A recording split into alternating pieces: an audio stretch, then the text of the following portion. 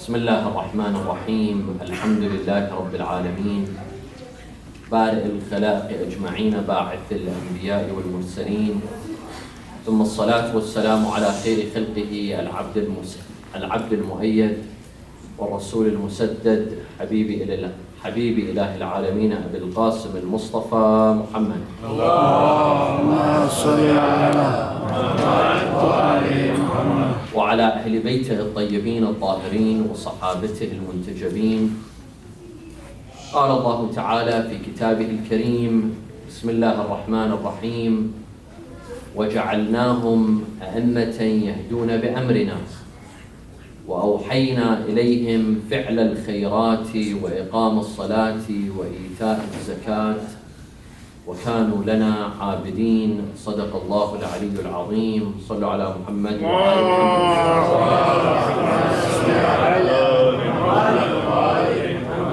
When we study the lives of our Imams, our leaders, the Ahl al-Bayt, we see an interesting trend, something that is peculiar for some believers. For some, it might be difficult to grasp. What is this trend? We see that in our 12 Imams, in our 12 leaders, 3 of them became Imams at a very young age.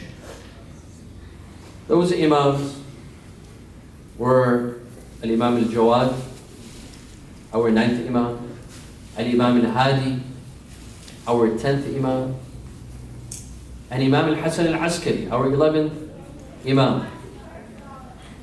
This is in addition to the 12th Imam, who became an Imam at the age of 5. So if we count him as well, they are 4. These Imams all became Imams at a very young age. So for example, Imam al-Jawad lived for 25 years. He was born in Medina on the 10th of Rajab in the year 195 after Hijrah. And he died in the year 220 after Hijrah in Baghdad. He became an Imam in the year 203 after Hijrah at the age of 8. Imam al-Jawad became an Imam at the age of 8. His son, Al-Imam al-Hadi, was born in the year 212 or 214, according to two various narrations. He became an Imam in the year 220. This means he was either 6 years of age or 8 years of age when he became an Imam. Al-Imam al-Hossein al Qazwini, our 11th Imam, he was born on 8th of Rabi' al-Awwal in the year 232 in Medina. And his date of death is 8th of Rabi' al-Thani in the year 260 after Hijrah in Samarra. He became an Imam in the year 254, meaning at the age of 22. 22 is not a child, yet he is still young. And if we take in consideration our 12th Imam, Imam al-Mahdi, Ajjalallahu ta'ala Farajah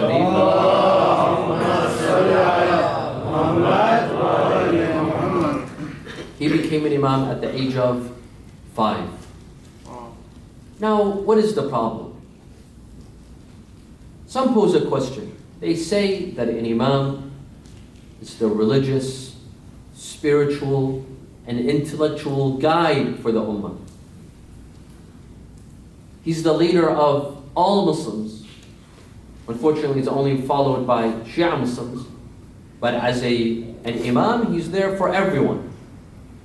He's there to guide and to teach and to educate and be a spiritual mentor. We see this in the life of Imam Amir al-Mu'mineen Ali ibn Abi Talib. We see this in the lives of Imam al-Hassan, Imam al-Hussein, Imam Zayn al-Abidin, Imam al-Baqir, Imam al-Sadiq, and Imam al-Kadhim, and Imam al-Rida. They are role models. They are guides for people. خَلَقَكُمُ اللَّهُ أَنْوَارًا فَكُنْتُمْ بِعَرْشِهِ مُحْدِقِينَ, as we say and ziyarah al-jami'ah. The question is, how can a 6-year-old or an 8-year-old or a 5-year-old child, so to speak, now we're trying to be objective, we're trying to be academic. We the Shia, we have faith in them. We have faith in our Imams.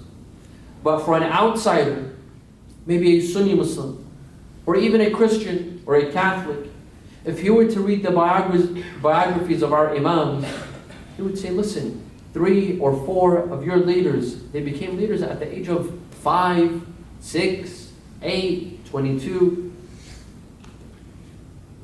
Now, if Imama was a ceremonial position, like emperors of Japan or certain countries, you could be 1-year-old, 2 years old, to be an emperor of a country.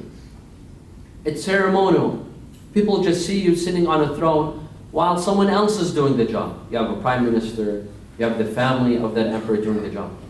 Is it the same case with our Imams? We believe our Imams are guides. They were teachers.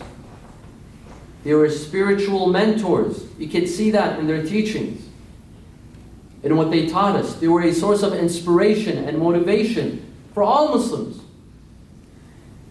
not just Shia. Look at non-Shia. Look at our Sunni brothers and sisters. When they mention the Ahlul Bayt, they mention them in admiration and respect because they knew the position that they held. To say the least about the Ahlul Bayt, there were scholars. Abu Hanifa says regarding Imam al-Sadiq, لولا السنتان لهلك النعمان. If it wasn't for the 2 years, An-Nu'man, meaning himself, would have perished. Everyone testifies to the knowledge of Ahlul Bayt.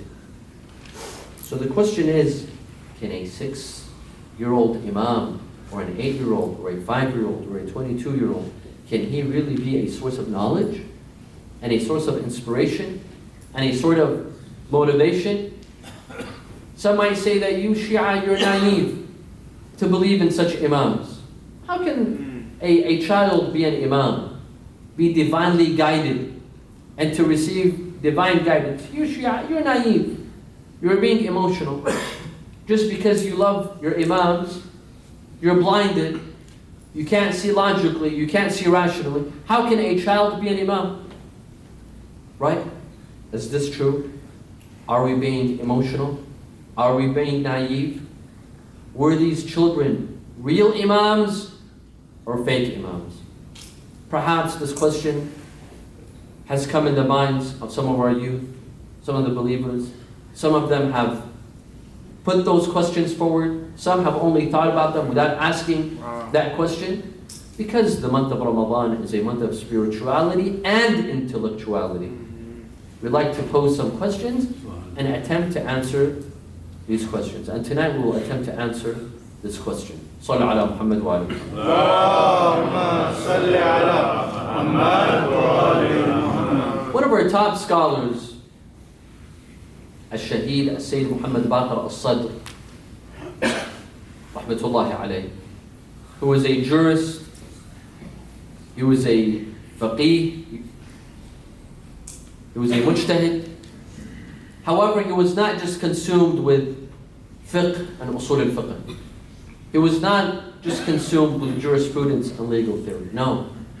He also went to discuss theology. He was a theologian.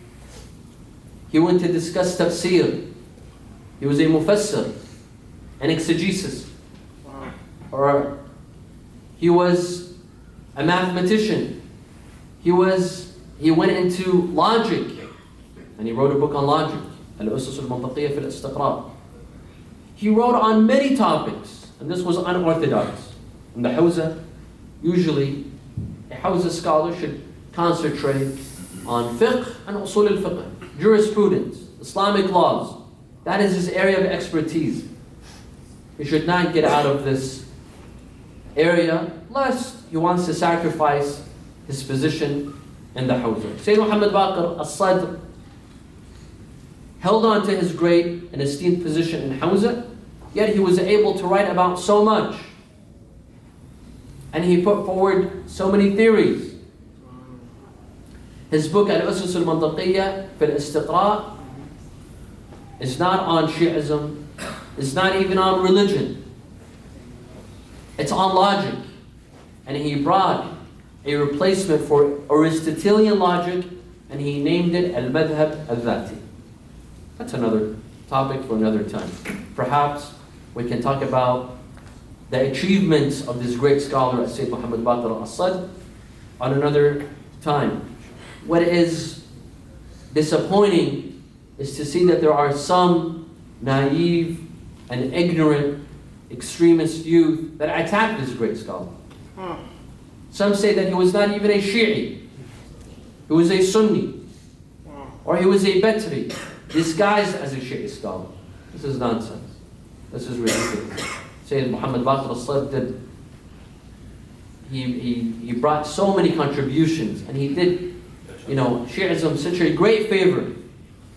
But unfortunately, he's discredited. And if you remember the second of our series, we talked about respect for scholars. Sallu ala Muhammad wa alihi.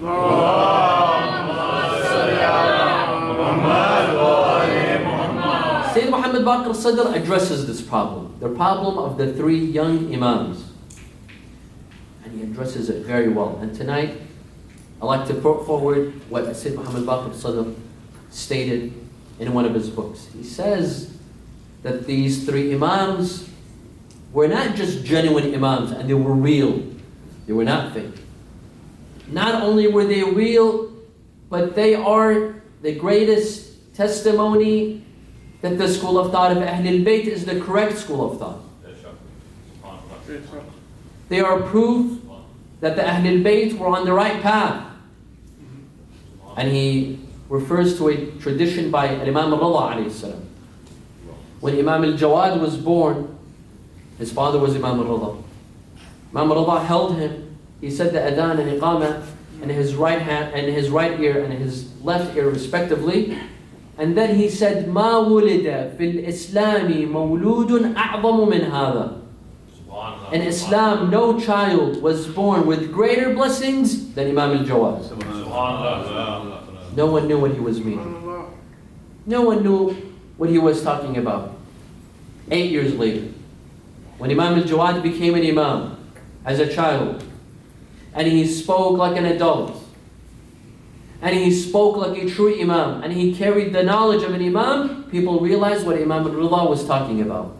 That no child will come into Islam with greater blessings than Imam al-Jawad. Sayyid Muhammad Baqir al-Sadr, let's open our minds and our hearts and try to discover the reality of these three Imams. Were they real or were they fake? And let's see what Sayyid Muhammad Baqir had to say. Sallu ala Muhammad wa alihi. Allahumma salli ala Muhammad wa alihi Muhammad. Shahid al-Sadr, he says, let's come scientifically. Let's be objective. Let's pretend we are not Shia. Let's pretend we are not Shia. And we don't have faith in the Imams. I'm a stranger. I read about the 12 Imams of Ahlul Bayt, and I came across 3 Imams that became leaders at a very young age. Let's be objective. Let's pretend we're not Shia. Let's take this scientific method, the scientific approach, trial and error. Let's see what are the different possibilities. We study one possibility after the other. There's 4 possibilities. If we prove that all of these possibilities are wrong, there is one possible reason. They were real Imams. They were not fake. Let's look at the different possibilities. Let's take a scientific approach. The first possibility. The first possibility is that these child Imams who became Imams at the age of 6, 8, 5, 22, they were fake. Meaning, they carried no knowledge. They had no criteria to be Imams. They were empty of all content. They had no knowledge. They didn't have the spiritual guidance, the religious guidance. They had nothing. Well, what about the Shia? How were they accepted by the Shia at the time? This possibility says that the Shia were also very shallow. Their followers were also very shallow and uneducated. They were fooled. A child was declared to be an imam, and the Shia were uneducated. They were naive. They were ignorant. They were easily fooled by this child or by their family members. And that's how they succeeded. This is one possibility. However, this is not possible. Why? Because the Shia themselves were not ignorant. They were not naive. They were extremely educated. The Shia, when we look at the lives of Imam al-Baqir and Imam al-Sadiq, this was the golden era, not just for the Shia, but for all Muslims. Imam al-Baqir and Imam al-Sadiq, they raised a generation of scholars, of intellectuals. These intellectuals and scholars would not be fooled by a 6-year-old child. There were people like Zurara, and Muhammad ibn Muslim, and Abu Basir, and Hisham ibn al-Hakam. These were great scholars that the Ahlul Bayt raised. In fact, the Shia, they were at the epicenter of academic discussions. Study the history of Shi'ism. Any academic discussions that were taking place at the time, the Shia were at the forefront. The companions of the Ahlul Bayt were at the forefront. People like Yunus ibn Abd al-Rahman, Zakaria ibn Adam. Read about the biographies of the companions of Ahlul Bayt. They were not naive people. They were scholars. Jabir bin Hayyan, who is known as the founder of modern day chemistry, was a companion of Imam Sadiq. These people were fooled by a child? Is that possible? Maybe a group of illiterate, uneducated people living in the Amazons, living in the forests, they might be fooled by a child, right?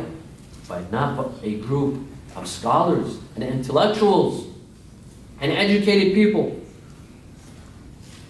The Shia community at this time, by the time that Imam al-Jawad became an imam, they were widespread. There were Shia communities in Qom, in Medina, in Kufa.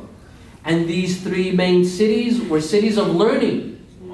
And who was leading in those cities? The Shia. Qom, from the time of Imam al-Rida and Imam al-Jawad, was a center of learning. It's not just today or a century or 2 centuries ago. From that day there were scholars. Now, is it easy for a child to come and fool a group of educated people? Maybe an old man with some knowledge that has read some books, maybe, but not a child.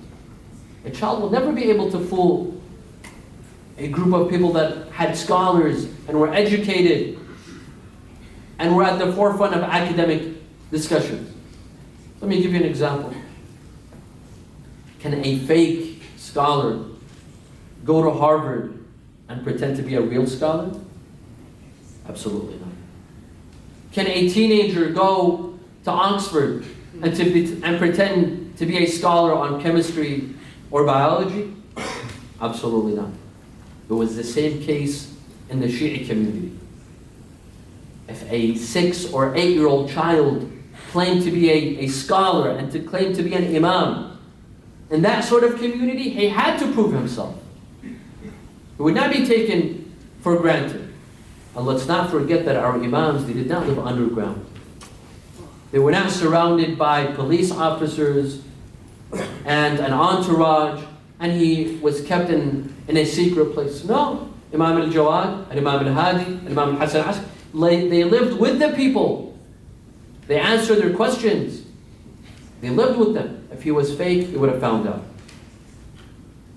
So this is the first possibility, that the imams were fake, and the Shia, they were ignorant, they were uneducated, and it passed.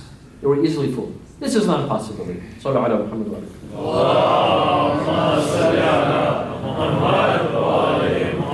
The second possibility is that the Shia, at the time of Imam al-Jawad, and Imam al-Hadi, and Imam al-Hassan al-Askari, they did not know the credentials and the criteria of being an imam. This is one possibility.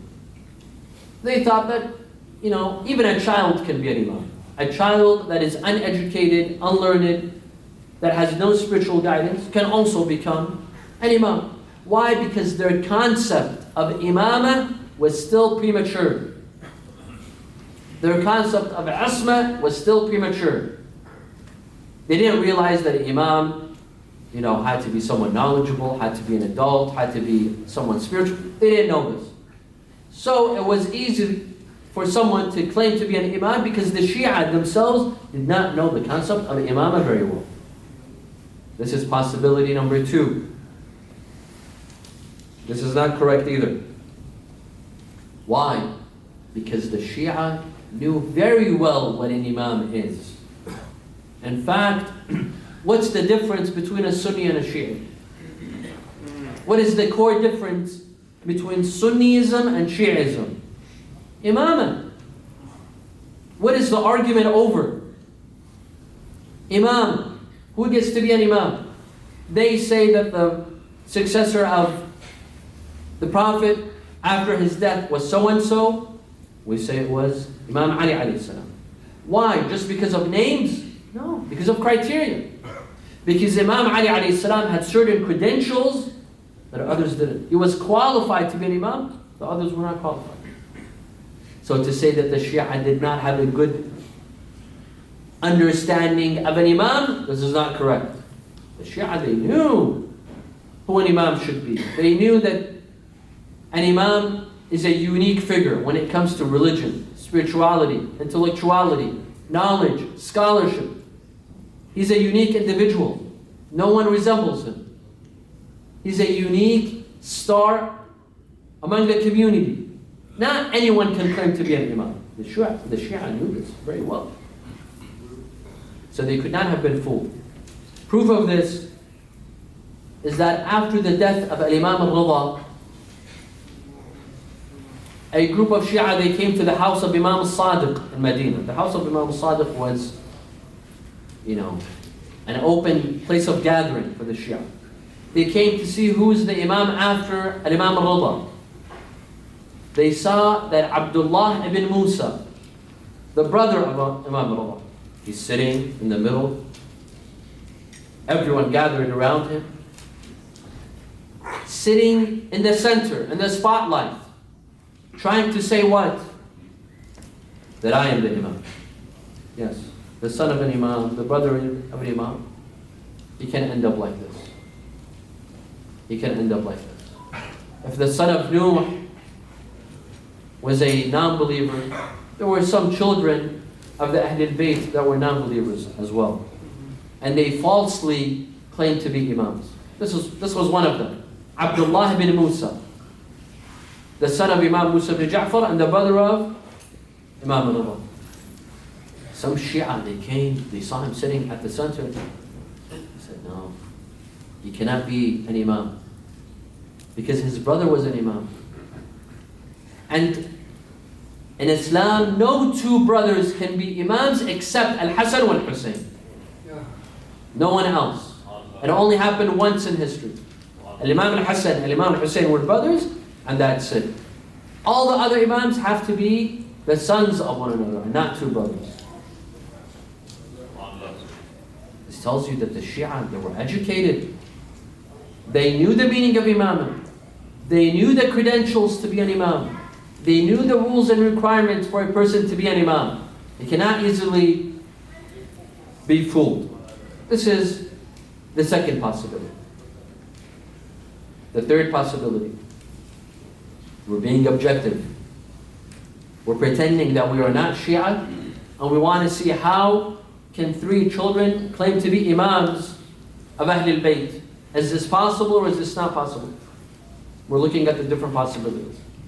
The third possibility is that they were fake Imams, they were not real, they had no knowledge, they had no credentials, they did not reach the spiritual and intellectual bar. Well, what about the Shia who followed them? They were in on it. How? They had an advantage to accept these Imams. They must have benefited somehow and fell into their best interest to accept these children as imams and pretend that they are real imams. It was for their best interest. They had some sort of advantage. And that is what happened. This is one possibility. This is a possibility made by Sayyid Muhammad Baqir. This is also not possible. Why? Because what advantage, what worldly advantage, not advantage in the next slide. What worldly advantage did the Shia have in accepting the imamah of Imam al-Jawad, and Imam al-Hadi, and Imam Hossein al-Askari? Didn't our Shia, the only thing that they faced by following Ahlul Bayt was persecution and death and jail and torture and being sent into exile? What advantage was there? Worldly advantage, don't get me wrong. What worldly advantage was there in following the Ahlul Bayt? Nothing. There was no worldly advantage. No one was becoming rich. The Ahlul Bayt were not passing out money. They were not passing out lands. They were not passing out political positions. On the contrary, look at the lives of the companions of Ahlul Bayt. They were either killed or tortured or persecuted or sent into exile, or their money was confiscated, their lands were confiscated. So what advantage did they have in believing in a 6 or 5 or an 8-year-old imam that was a fake? Why would they accept a fake imam and remain silent and build this conspiracy? If they were to accept a fake imam, at least they would accept someone like Harun al-Rashid, al-Ma'mun, al-Abbasi. They would accept these fake leaders. Why would they accept, children as fake imams? At least those fake imams would give them land, they would give them positions, they would give them money. At least they would benefit. Why would you choose to follow a fake imam and there's no worldly benefits? On the contrary, there's harm. So this is also not a possibility. These are 3 different possibilities. We come to the 4th. The actual reason that the Shia followed the Ahlul Bayt. And that is that they were real imams. They were not fakes. They were real. They possessed knowledge. They possessed spirituality. They were real spiritual leaders and real leaders of religion. They were not fake. If we cross down 3 other possibilities, we're left with 1. They were real imams. They were not hiding anything. They were real leaders. And proof of that is that the Ahlul Bayt, these imams, where did they live? They were living in the mountains where no one could see them. They were hiding underground. They were on a distant island. No, they were living in Medina. Medina is the 2nd capital of Islam, the 2nd holiest city in Islam for all Muslims. People came to Medina all year long because people came for Hajj and Umrah. If you come to Mecca, you also come to Medina to pray in the Mosque of Rasulullah. And whoever comes to Medina will visit Ahlul Bayt. The Ahlul Bayt, they live, their doors are open for anyone. Friends and foes, followers and non-followers alike. If people came to visit them and they saw them and they asked them questions, the Ahlul Bayt lived with the people. They did not live above the people. That means they asked them questions. If they asked them questions, that means the Ahlul Bayt answered these questions. What happened to those answers? If those young imams, they gave silly answers, fake answers, uneducated answers, guess what? You and I would have known about them. Would have spread like wildfire. That children are claiming to be imams, and we asked them questions and they did not know how to answer, and it would spread like wildfire. Just like today. Today, if you ask a Sayyid or a Shaykh a simple question, or even a difficult question, but he said, I don't know. Imagine you go and visit a marja, and you ask him a question, and he gave you the wrong answer, or he told you, I don't know. The news will spread on WhatsApp, on Telegram, on Twitter, on Facebook, that this marja has no knowledge. the Ahl al-Bayt, those young Imams, there was every incentive to spread the news that they have no knowledge, or that they are fake, or they are not divinely inspired. But no, we don't read in history that someone came out and said that Imam al-Jawad, at years old, he doesn't know anything, he's a fake. Not even their enemies, not even from other schools of thought, did anyone spread news of this, or about Imam al-Hadi, or about Imam al-Hassan al-Askari. None. Furthermore, if these Imams were fake, the Khulafa themselves, they would spread the news. Because these Imams, they posed a threat towards the Khulafa. People would bring them money, they would bring them khums and zakat. People would testify to their imam. So if they were fake, the Khulafa would be the first people to come out and say, listen people, these guys are fake. They're children. Why are you following them? Why are you listening to them? But the Khulafa didn't. On the contrary, the Khulafa sent them poison. Why would you try to kill a child that doesn't possess any knowledge? That doesn't possess any position, right? You want to kill someone that poses a real threat to you. And that's exactly what happened. Why was Imam al-Jawad poisoned at a young age? Why was Imam al-Hadi poisoned at a young age? Why was Imam al-Hassan al-Askari poisoned at a young age? At the age of 28. Because they posed a real threat towards the enemy. Because they were genuine Imams. They were divinely inspired. The things that they said, the advice that they give, their lectures, their sermons, their supplications, and their du'as, look at them till today. They're divinely inspired. They were not fake. Why would Al-Ma'mun al-Abbasi would have to bring an 8-year-old child, Imam al-Jawad, in his court and ask the highest judge, the judge of all judges, Yahya ibn Aktham, Qadi al-Qudat, to ask Imam al-Jawad questions and try to embarrass him in front of people? If he was fake, you don't need to do that. Imam al-Jawad was a simple child. Why bring him in your court and try to embarrass him? He brought him in his court and he asked Yahya ibn Aktham to ask him the most difficult questions. Yahya ibn Aktham did. He told him, what is the kafara, what is the punishment if you,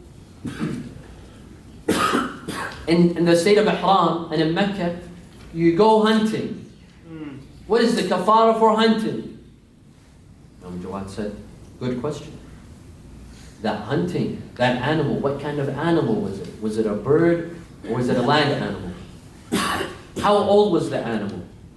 Did he have eggs or did he not have eggs? And which weapon did he use to slaughter that animal? And so on. He started asking him so many questions. And if he said, if it was A, then this is the answer. If it is B, then this is the answer. If it is C, this is the answer. And he gave him so many options.